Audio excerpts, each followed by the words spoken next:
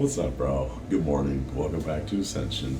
I hope you enjoyed my previous video on the reward system of the body and how cheat days actually affect your mental capacity and how to optimize cheat days to use them and to obtain benefits from them instead of actually hindering your body or impacting your body in a negative way. So I had a great time filming a video. You will see that my expressions were just, I don't know, I just felt comfortable, and I'm starting to become more comfortable as I film more, obviously. But I'm just gaining more confidence in myself because I enjoy this. I enjoy talking about stuff. I enjoy sharing knowledge with you guys, and I want to continue to do that in the most effective way I can. So you'll see that I actually really enjoyed previewing. Wow, okay. Recording last video, I was pumped up, and not gonna lie, cheat days kind of get me a little amped up because people have mixed emotions about them. Considering 73% of our population is overweight and obese, and you guys are gonna complain about how you don't get enough cheat days. Like, dude, come on, you don't need a cheat day. Like, you're fat already. What fucking more do you want? So, anyway. Today's topic, get on to the new topic, is cold water exposure. We're going to talk about 6 primary benefits of cold water exposure and some potential drawbacks. I know what you're thinking, drawbacks associated with cold water exposure. Under certain conditions, yes, there are drawbacks to cold water exposure. So, with that being said, let's get right into the first benefit, which is improved immune function. So, a study published in the European Journal of Applied Physiology found that an increase in the concentrations of circulating T cells, B cells, and monocytes, which T cells and B cells are the lymphocytes or the cells responsible for actually destroying bacteria or viral agents that invade your body. Monocytes are essentially the same. I'm not going to discuss those, but I will briefly discuss the mechanism of B cells and T cells. So, B cells or plasma cells, when mature, they are the ones that secrete antibodies. So they recognize, I'm just going to say they recognize an antigen present on the viral or bacterial organism. They produce antibodies to actually attach to that organism and essentially inactivate it. So it pretty much renders it useless. And how T cells work is they will directly attack the invading organism by binding directly to the cellular membrane on the viral or bacterial pathogen and either puncture a hole through the membrane to allow water to infiltrate the cell, causing it to burst or lysis, or they will directly inject toxic agents into the cell, causing it to be destroyed. So this same study actually found increased circulating levels of interleukin-2 and interleukin-6, which are primary cytokines responsible for, interleukin-6 is responsible for fever and other cell activation, and interleukin-2 is associated with T cell and B cell activation, mainly the activation of cytotoxic T cells, which are the cells that directly attack the invading pathogen. Another study found that repeated cold exposure for at least 90 seconds, whether it be in a shower or cold water immersion, led to a 29% reduction in call-in sick days to work, which is actually pretty cool when you think about it, because that just goes to show that the immune system is already active. So essentially what is happening with cold water exposure is an acute response to your body thinks you have an infection, but you really don't. So you don't get symptoms of an infection because there's nothing to actually initiate. There's no inflammatory process to occur. And one of the benefits is reduced inflammation of cold water exposure. So we'll get into that in a second. But there's no pathogen to actually attack. But it's this stimulation or the increased levels of interleukin-2 and interleukin-6 and possibly other cytokines leads to the increased synthesis of immune cells. So there are already activated cells circulating in your plasma, in your blood. So they're already in your blood, and when a pathogen comes into contact with your blood, it is already activated. So the response time is further decreased, so your body can readily fight it off because there's already circulating levels of plasma B cells or plasma cells and T cells in the blood. One potential drawback for this benefit of cold water exposure, or if anybody that's interested in cold water exposure, is if you've had a transplant, whether it be kidney, lung, heart, any transplanted tissue, and you're on immunosuppressive medications, I would avoid these. I wouldn't say avoid, but just be cautious because the increased levels of circulating T cells activated already can actually infiltrate the invading, or it wouldn't be invading, the transplanted tissue would actually begin an inflammatory process and basically a response that is essentially the same to being infected with a pathogen, and your body will eventually destroy it. So just, I would advise against doing it if you've had a transplant, but if not, I definitely recommend it. Benefit number 2, improved mental function and decreased anxiety and depression. So there is limited studies regarding this potential benefit of cold water exposure. However, I can definitely plead this one. I have noticed when I was in cold water exposure, I did it for about a month, and I noticed that every time I got out of the shower, I felt amazing. My body was so energized. I felt happy. I was relaxed, but I was happy at the same time. I was alert. I wasn't depressed before, but I didn't have any depression after. So I guess you could say no depression, no anxiety. I didn't have anxiety before either. But I would say that it would definitely help because just overall improved mood is definitely associated. When you do something hard, when something challenging, like I mentioned previously, in the reward system of the body. Your body rewards you, and you get a sense of good, like great feeling, like you're ready to go. And that's your brain telling you, hey, that was good for you. Let's do it again.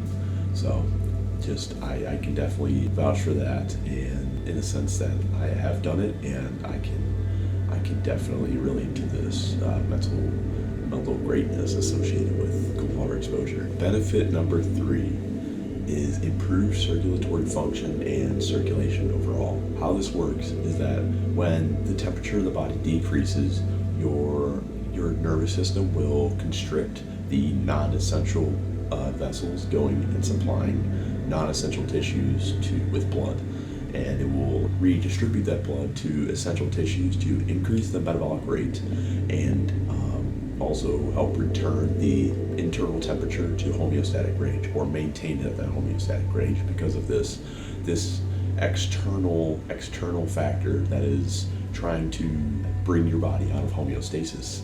And your body doesn't like that, as discussed in the previous video. Your body will drive anything, do any function, anything it can to return back to homeostasis. And in rare cases, homeostasis, returning the body back to homeostasis can actually have detrimental effects in the body. For example, in patients with decreased kidney function, you can actually have hypertrophy of the vessels inside the kidney, which eventually become obstructed because of the excess growth of the actual vessels. So they grow, the walls get thicker, and eventually the vessels collapse. And over time, the GFR, or the filtration rate of the kidney, decreases to essentially 0, and uremia then ensues. However, we're not discussing kidney function today, so don't worry about that. A study published in the European Journal of Applied Physiology, which is the one that I mentioned previously, with immune function, found that cold water exposure was actually linked with decreased oxidative stress markers, indicating a co-protective effect on the heart itself. However, there are drawbacks to just like the transplants and immune system function, there are drawbacks to cardiovascular health and cold water exposure. So if you have any pre-existing conditions such as ventricular hypertrophy, left ventricular hypertrophy, AFib, any kind of angiostenosis, arterial stenosis, aortic stenosis, any condition that affects the heart's ability to function as a pump, I would definitely recommend avoiding any undue stress on the heart. So essentially what I'm talking about is cold water exposure actually increases the amount of stress on the heart because the external factors cause the heart to work harder because it's trying to deliver more blood, more oxygen to those tissues that have that increased metabolic rate to produce more heat and to maintain that healthy homeostatic internal body temperature. So anyone with a pre-existing congenital heart defect, heart failure, myocardial failure, and those alike should essentially avoid cold water exposure unless administered by your doctor.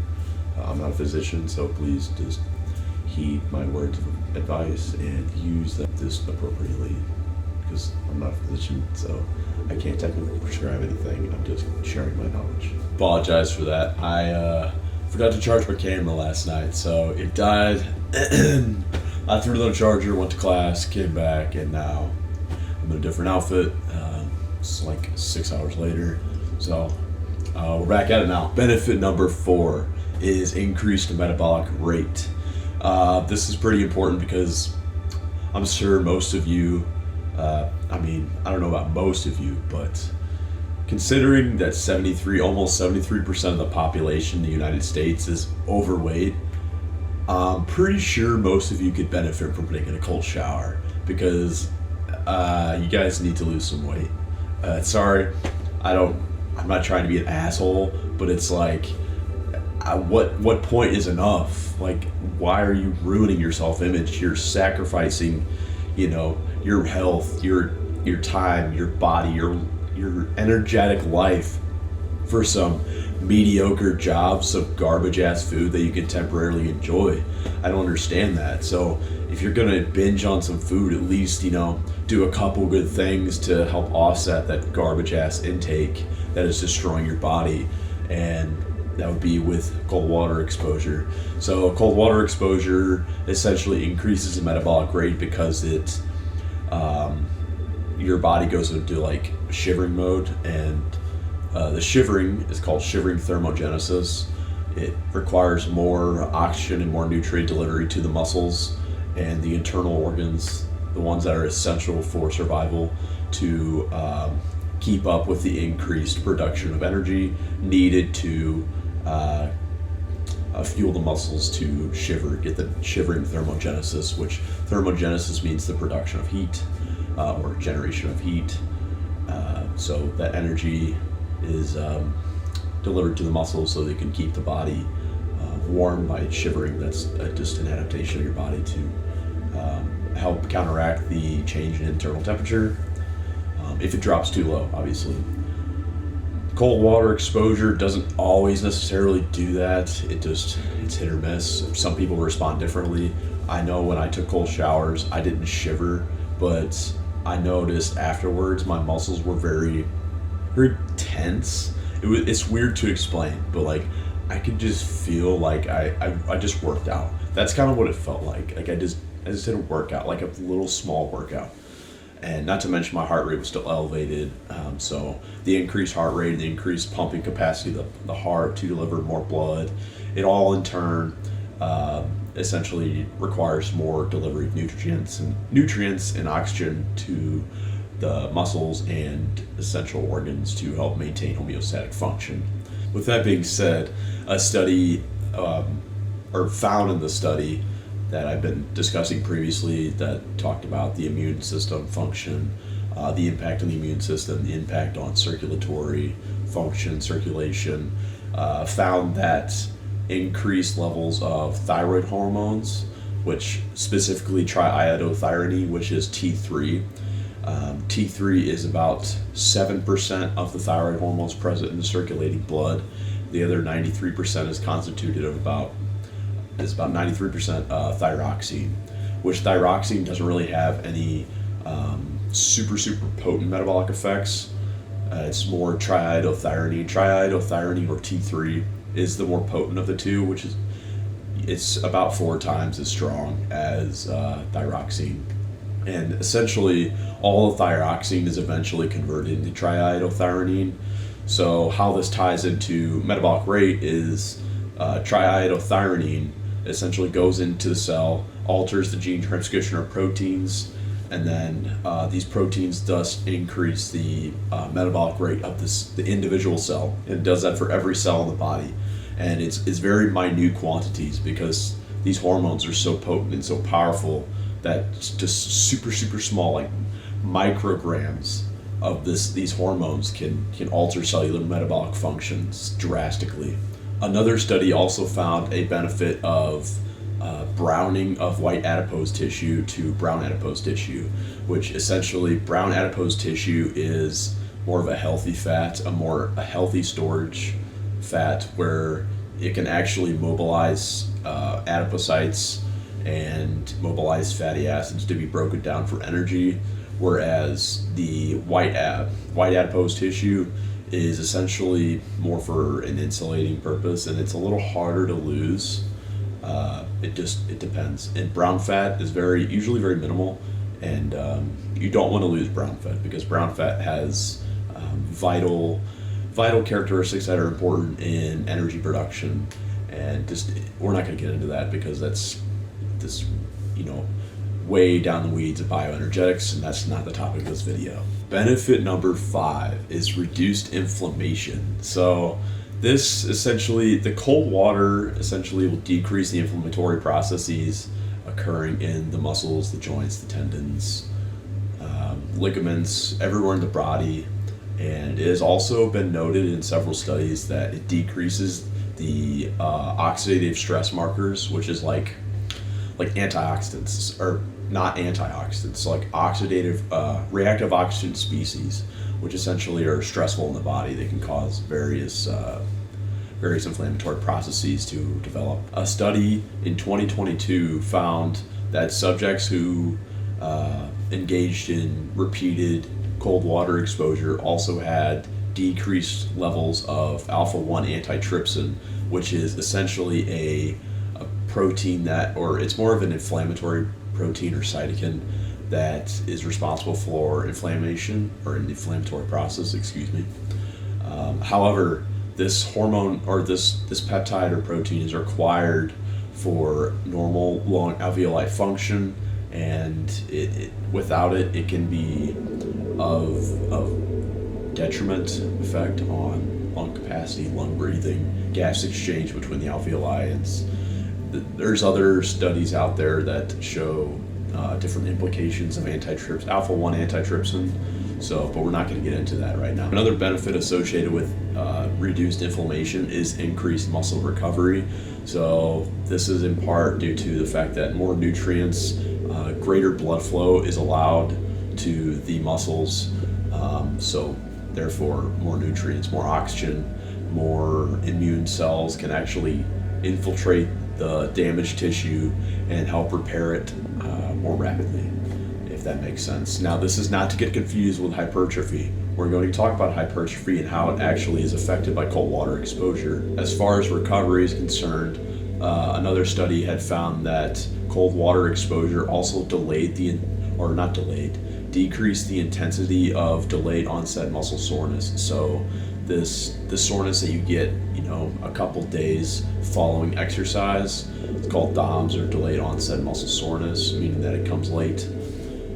Was found to be reduced in subjects that were engaging in repeated cold water exposure sessions. The 6th and final benefit to cold water exposure is increased desensitivity to pain. So your perception of pain is decreased, or it's altered. Your brain now responds to pain stimuli differently.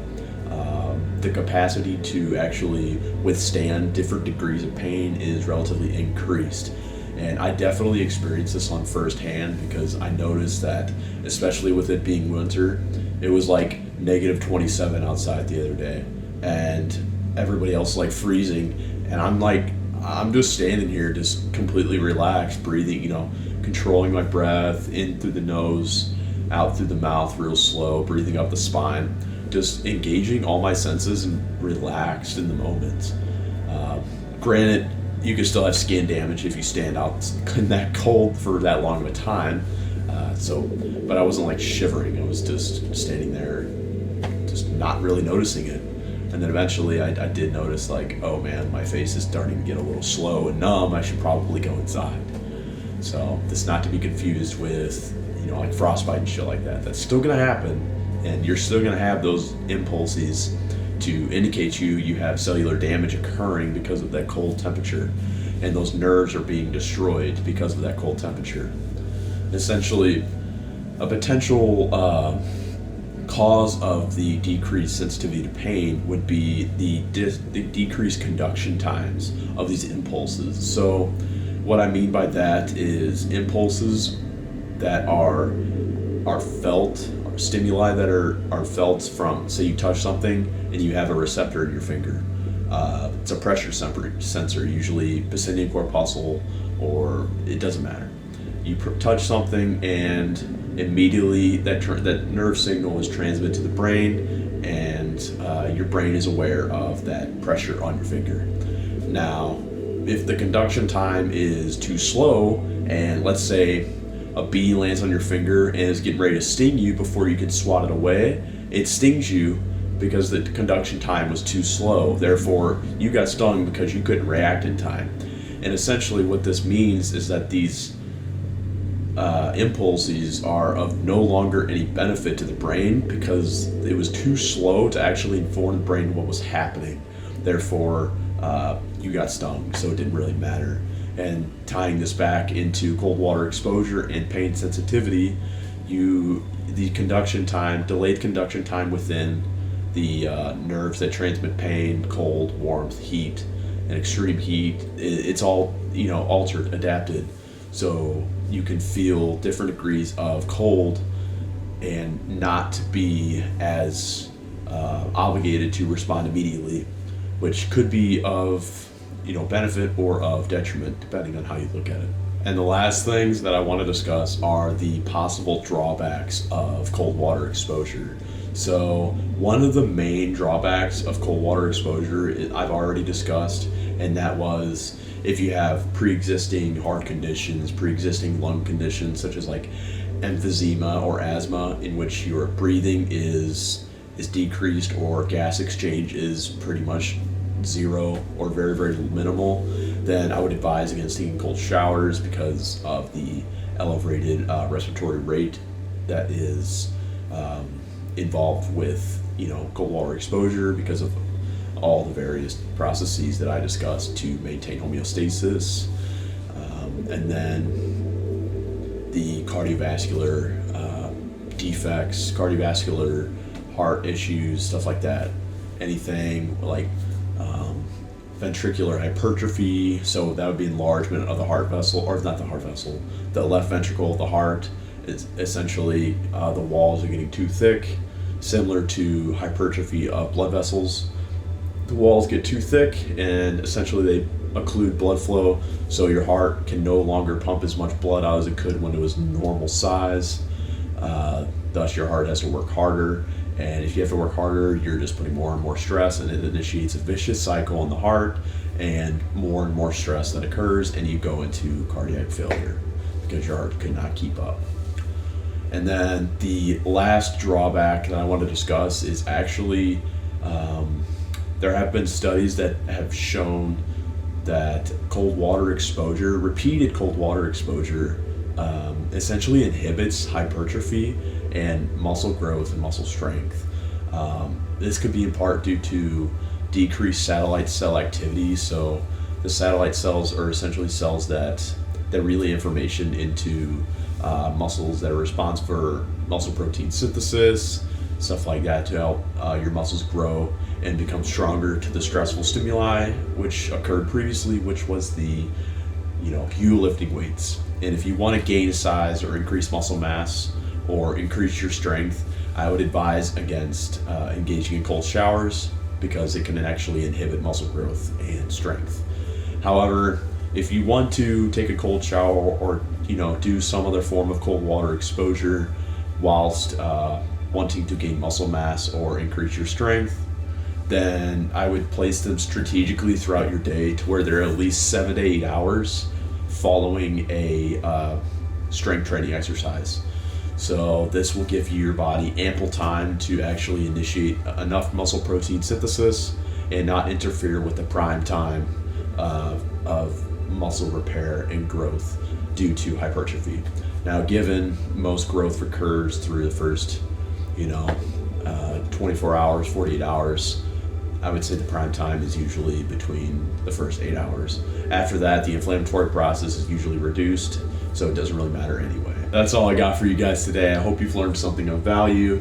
And then please let me know if you'd like to see any other types of videos, maybe like on kidney function, on immune function, stuff like that.